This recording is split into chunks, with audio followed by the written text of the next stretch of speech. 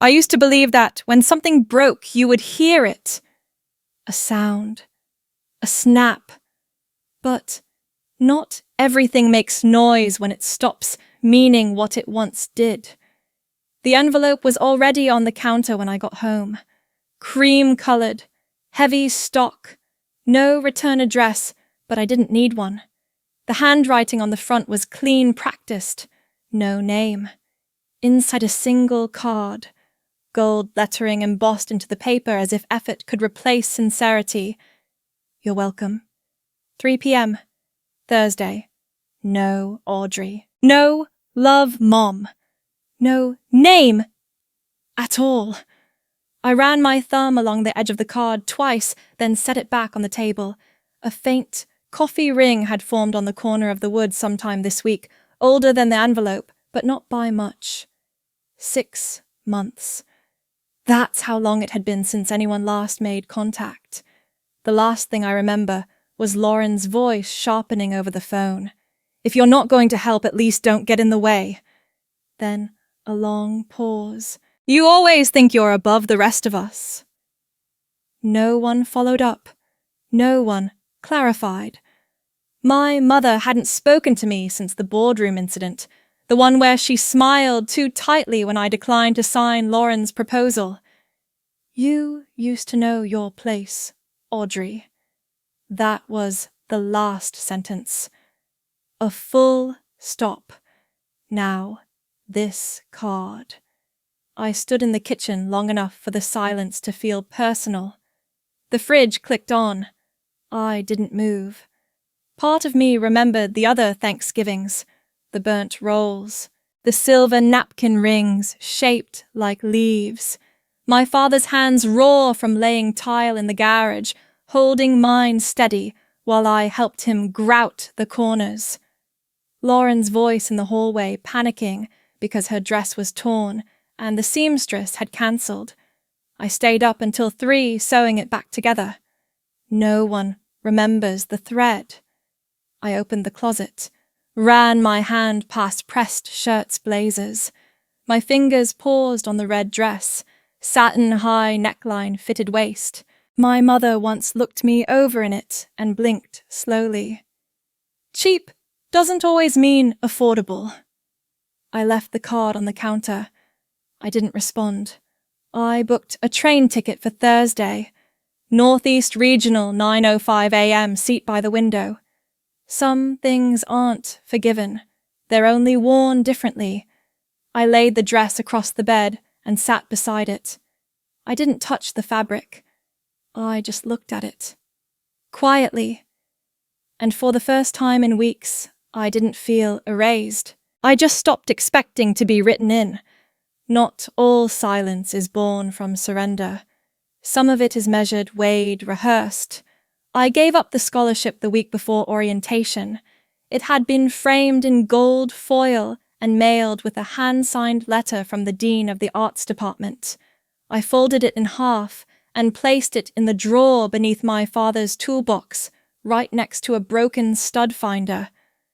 A Whitmore doesn't chase dreams, he had said, staring at the wall just past me. There are too many people already doing nothing. I majored in finance. I kept my pencil sharp. I learned to calculate other people's risks before ever daring to assess my own. At dinners, I listened. Mostly. I learned which topics floated and which sank. Brandon's new condo in Hoboken safe. Lauren's charity gala safer. My promotion too narrow, too proud. You always sound like you're lecturing my mother, once noted not looking up from her wine. People don't like that. I offered fewer updates after that. When Lauren asked me to review her loan application for the fashion label, I did it over a weekend. The numbers didn't work. The market segment was vague. The projections were built on hope. I printed it anyway, hole-punched and indexed. She never used my version. You're not the audience, she had said, flipping past the first page. You think like a spreadsheet. I kept the original in my drawer for months. I only threw it out after the third collection collapsed. Brandon's birthday fell on a Thursday that year. I arrived with a framed photo from a trip we'd taken as kids, him on a rented bike, arms wide wind in his teeth. I wrapped it in navy paper with a brass ribbon, left it on the gift table behind the ice sculpture. It stayed there unopened. "You always bring such thoughtful things," my mother said later, the pause deliberate. "Next time, just ask what he wants." So I did. Asked. For years, I asked what was needed, what wouldn't upset, what could be done differently. And the answers were always almost kind. You just take things too personally. You were always a little intense. Maybe if you stopped trying to be right all the time. I collected those lines like pebbles in a coat pocket. Small, forgettable. But over time, they altered my posture. I used to think restraint was the highest form of grace, but sometimes bending is just the first stage of disappearing. I never marked the moment I stopped expecting praise. It didn't arrive like a storm. It faded like the warmth in a mug left out too long. The train moved in steady pulses, the kind you feel in your chest more than your hands. I didn't look up from the window, but the landscape blurred in a way I recognized: receding trees, flat lawns, identical fences. Like someone trying too hard to pretend everything was still in order. The first time my byline appeared in print, I folded the page 3 times and slipped it under my father's coffee cup. He didn't unfold it. He tapped it once with his index finger and asked, "Did anyone even read it?" That same month, I received a card from my grandfather. Heavy envelope, blue ink, a short note in his hand. "Keep going, kid. They'll catch up eventually." I never saw it again. "Your grandfather sends the same message to everyone," my mother told me, tossing a grocery receipt into the trash. "He just changes the names." The receipt was still balled up in my palm when I walked out that evening. Christmas, age 27, they took the family photo in front of the stone fireplace. Everyone wore navy. I was upstairs, steaming a blouse. I heard the camera flash the fake laughter, the clink of glasses. When I stepped into the room, the tripod was already folded. "We thought you were busy," my mother said, brushing a stray curl off Lauren's shoulder. "No one wants to wait on someone who always needs extra time." I nodded as if I agreed. Later that night, I found a single ornament on the bottom row of the tree. No name. Just a faint smudge of red paint across the curve of a snowman's scarf. I remembered painting it at 8 years old, sitting alone at the end of the dining table. No one else had wanted to do crafts that year. They never said I didn't belong. They just never said I did. When the train began to slow, I folded my coat across my lap. I adjusted the sleeve where the hem had frayed, barely noticeable unless you were the one wearing it. I didn't rehearse what I'd say when I arrived. There wasn't anything left to explain. I pressed my fingers to the glass. It was cool, not cold, just enough to remind me I was still here. I stopped mistaking absence for invitation a long time ago. Some rooms aren't quiet because no one's speaking. They're quiet because everyone's performing. I stepped through the doorway and let the scent settle. First rosemary, starch, waxed floors. A man in a vest held out his hand for my coat. No eye contact. No greeting. The seating chart taped beside the buffet cabinet listed me as guest. The others had names, titles, relations. Even second cousins were printed in serif. I scanned for a correction. There wasn't one. Lauren walked toward me like a ribbon unspooling, her arms wide, voice tilted up. "Well, look who wandered back." A few heads turned, a few smiles flinched. I nodded once and moved past her toward the table. The only open seat was at the edge, half in shadow, half facing a side wall. I took it. Plates were filled, forks moved, conversations scattered like confetti. I didn't speak. No one asked. I noticed the centerpiece dried hydrangeas in a glass vase with a velvet ribbon. My mother used to say hydrangeas were for show-not sentiment. The ribbon was navy, the color she reserved for announcements. She rose halfway through the meal, glass lifted, smile set. Her tone glided across the table. Tonight is about legacy, about humility, about knowing where you belong. A pause, a scan of the room. Some forget that family is not entitlement. It's earned. And grace, when not chosen, becomes arrogance. Brandon clapped once, then again. Classic delivery, he muttered, not bothering to lower his voice. The clink of glass, the shifting of shoulders. I placed my fork down, folded my napkin and stood. I didn't make a sound. 2 steps back from the table, I turned slightly enough to see the fireplace mantel, the photos, the same velvet ribbon tucked into the frame of last year's holiday portrait. That's when the hand landed, sharp, flat. My left cheek lit up before my mind caught up. She didn't blink. Her fingers remained suspended. The room didn't move. The stem of a wine glass tipped from someone's plate. It shattered near my foot. From his seat, my father exhaled through his nose. You provoked it. No one corrected him. No one reached out. I didn't speak. I didn't glance at my reflection in the cabinet mirror as I walked past. There are moments you wait for explanation. This wasn't one. I crossed the threshold like someone leaving a chapel after the sermon, no longer praying to be forgiven for standing. And I didn't take the name tag with me. Sometimes silence isn't a pause, it's a decision. I stayed on the steps longer than I meant to. The cold had settled into the wood beneath me, and the burn along my cheek had dulled to a steady pulse, like a warning light in the corner of a dashboard. I didn't touch it. No one followed. No door creaked open. No second breath from the living room. I pulled the phone from my coat pocket. The screen lit up with my own reflection, washed out, jaw clenched. I tapped 3 contacts. The calls weren't dramatic. There were no raised voices. Full freeze. Don't wait for morning. Activate the power clause. Yes, it still holds. Send it through quietly. No alerts. No press. No one asked why.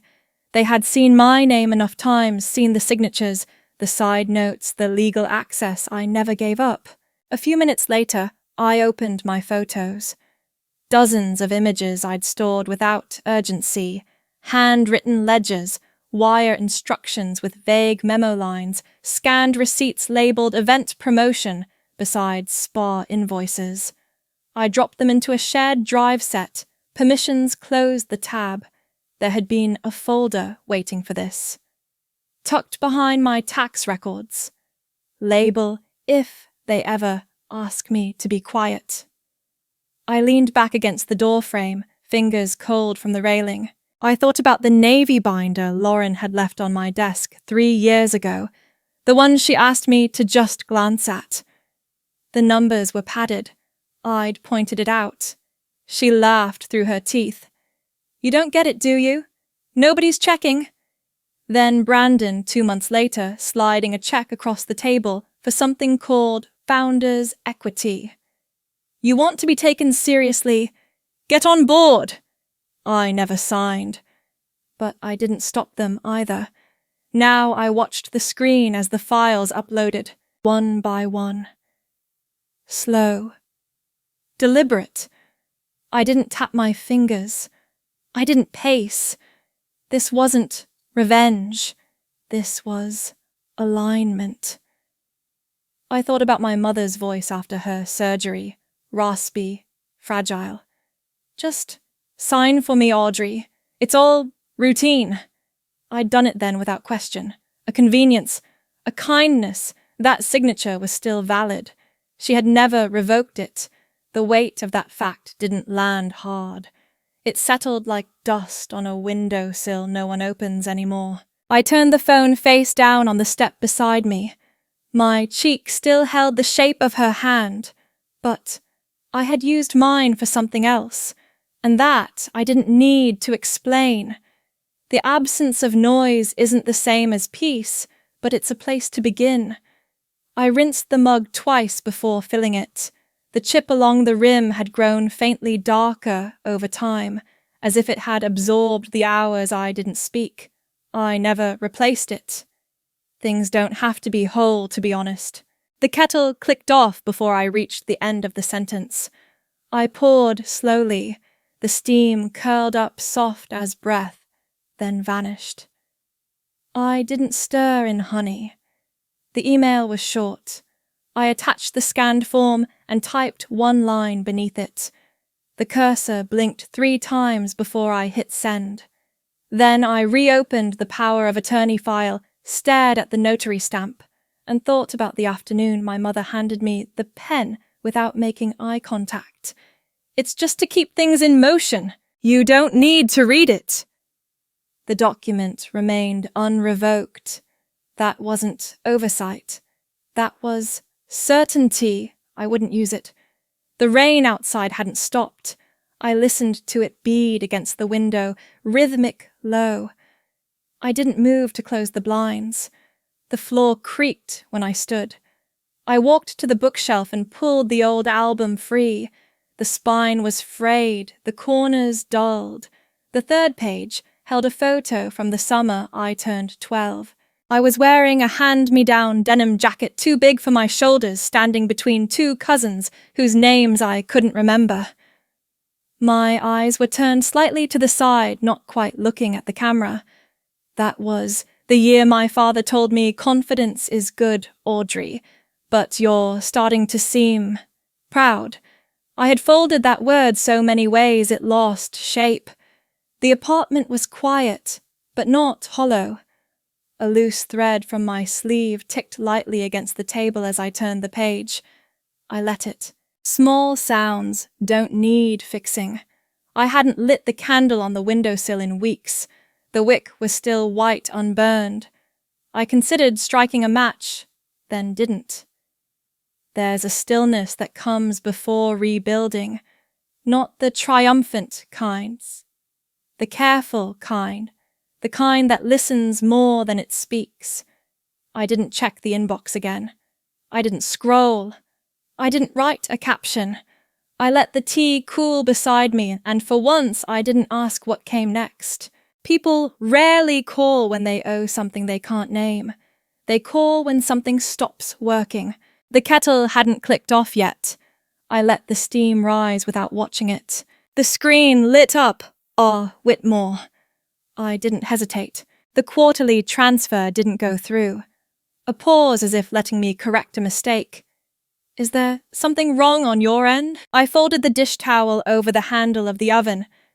You should speak with legal. No question followed. Just the quiet click of someone used to being obeyed, now met with delay. Brandon's message came next. Short, uneven punctuation. You think you're clever?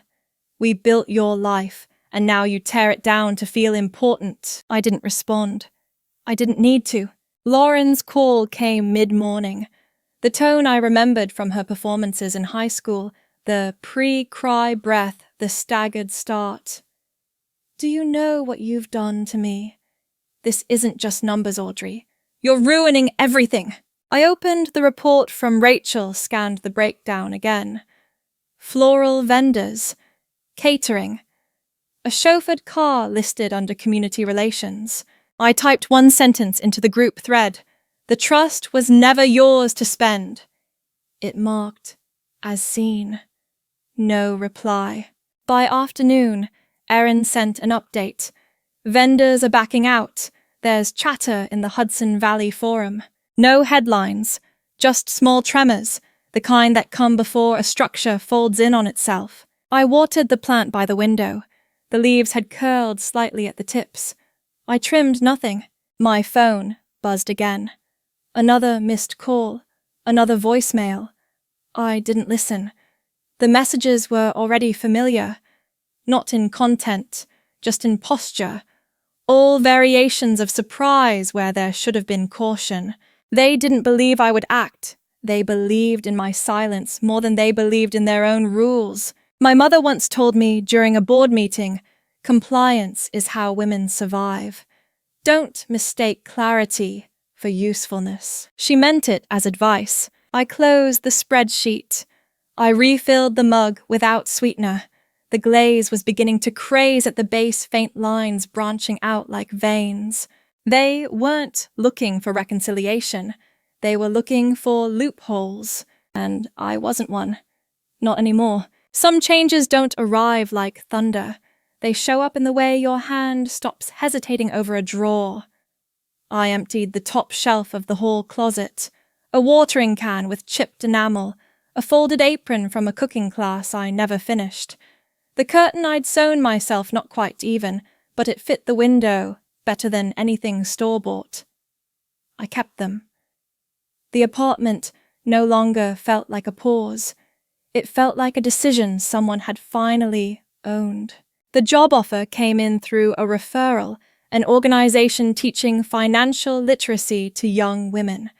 The office was small, the lighting buzzed in places, but I chose it. That was enough.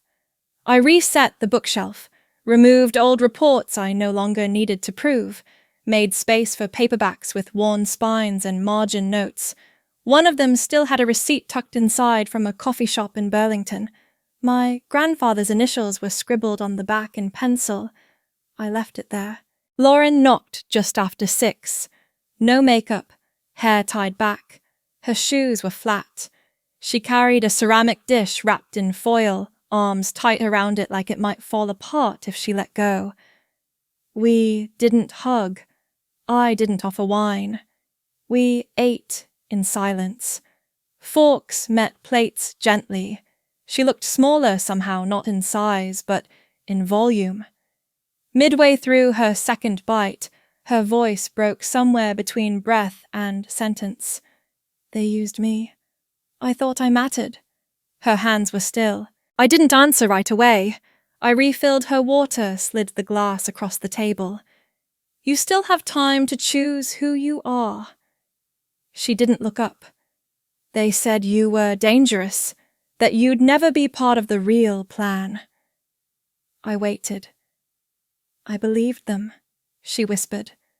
I didn't offer forgiveness. I didn't reach for comfort. I opened the drawer beside me, pulled out the affidavit, placed it on the table without fanfare. She read it. Pen in hand, hovering.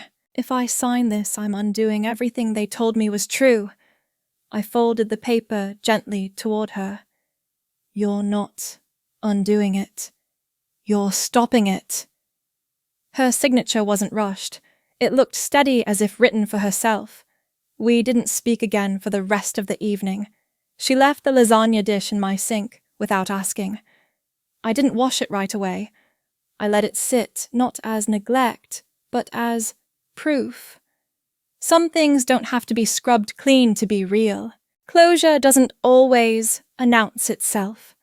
Sometimes it arrives in an envelope you almost don't open. The cream-colored package had no return address, just a line handwritten in ink that trembled slightly at the edges. To the rightful heir, W.G. I sat at the table, fingers resting on the flap longer than necessary. Inside there was no ceremony, just a single folded letter and a small black USB. The letter smelled faintly of cedar. The paper was thin-creased twice. My name was written at the top, not a title, not a reprimand, just my name. I saw how they clipped your wings and called it safety, but you never needed them to fly. His handwriting tilted left, like he'd always been trying to hold something steady. I filed a separate will. The cabin in Vermont, the land, everything not tied to their show, it's yours. Quietly, without fanfare. They never needed to know until now. I plugged in the USB, the screen lit up after a pause, no introduction. There he was, sitting in the chair he always favoured, plaid shirt, silver cuffs, his eyes softer than I remembered. If you're watching this, it means the noise finally got quiet enough to hear yourself. He leaned forward, elbows on knees. Don't waste time proving them wrong. Live like you were always right. I didn't cry. I didn't replay it. I just copied the file to a secure folder and placed the USB back in its case. Then I wrote a cover letter, attached the notarized copy of the original will, and mailed it to the courthouse.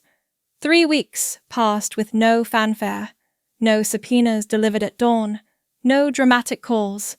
The court's decision came through a scanned document signed by Judge Caroline Prescott.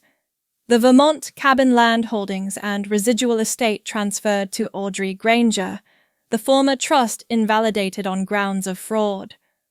All disbursements pending review. The news broke 2 days later. I didn't read the full article, just the headline.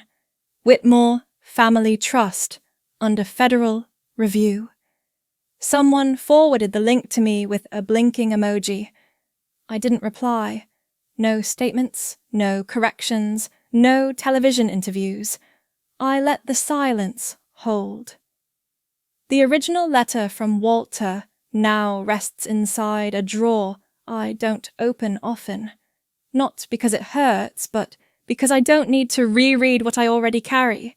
Some names don't need clearing, they just need reclaiming. Some things settle, not because they've been fixed, but because they've been laid down gently and left alone. The kettle gave off a low hum, not quite a whistle. I'd placed a few mint leaves from the pot near the window into a white ceramic cup, chipped along the rim, but still upright. The water poured clean, the steam rising slowly. No rush, no stage. The cabin didn't feel earned. It felt inherited with quietness, as if my grandfather had known there would be no fanfare left for me. Just space. On the table, a folder rested drafts for the Walter Foundation. No bold mission statement, just a line. Supporting young women reclaiming financial autonomy. I'd typed it without ceremony. Lauren reviewed the logistics. She didn't ask for credit. She brought lasagna and folded chairs and left silence where apologies once might have gone. No ribbons, no plaques, just function. The inbox held a line I didn't expect. Heard what happened? You okay? I didn't click reply. There was nothing unkind about the message, just something unfinished I no longer felt obliged to complete. I turned to the shelf and pulled out the old album again. Near the end there it was, me at 12 holding marble. One eye missing fur worn in patches. No one told me to throw him out back then. They just looked like they wished I would. I propped the photo up against the windowsill. The tea had cooled enough to sip. The window stayed cracked. A breeze passed through, not sharp, just honest. There was no gold watch, no press release, no triumphant return. Just a woman placing one hand around a cup and the other on a photo that never asked her to smile. I used to believe acknowledgement required an apology, but maybe it shows up the moment I no longer wait for one. I didn't destroy the family. I just stopped letting it dismantle me.